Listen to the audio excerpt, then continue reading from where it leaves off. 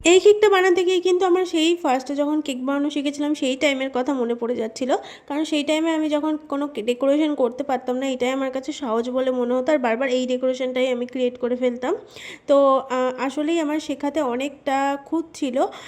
যখন মানুষ একটা কেকের ক্লাস করে তাকে কিন্তু হাতে ধরে সম্পূর্ণটা শিখিয়ে দেওয়া হয়, অনেক অনেক টিপস দেওয়া হয়, অনেক ব্যাপার থাকে, অনেক কোথায় কী করতে হবে, কখন, অনেক প্রচুর টাইম থাকে, প্রচুর প্রচুর ব্যাপার থাকে যেগুলো আমাকে কিচ্ছু বলে দেওয়া হয়নি। 3 বছরের বেশি হয়ে গেল আমি কেক বানানো শিখেছি। তো আমি কিন্তু পুরোটাই নিজের মানে কাজ করতে করতে অনেক কিছু ভুল ভ্রান্তি হয়েছে, অনেক খারাপ কিছু করে, অনেক জিনিস নষ্ট করে তারপর বানানো শিখেছি। আমার পেছনে সাপোর্ট করার মতন কেউই ছিল না, বলে দেওয়ার মতনও কেউ ছিল না।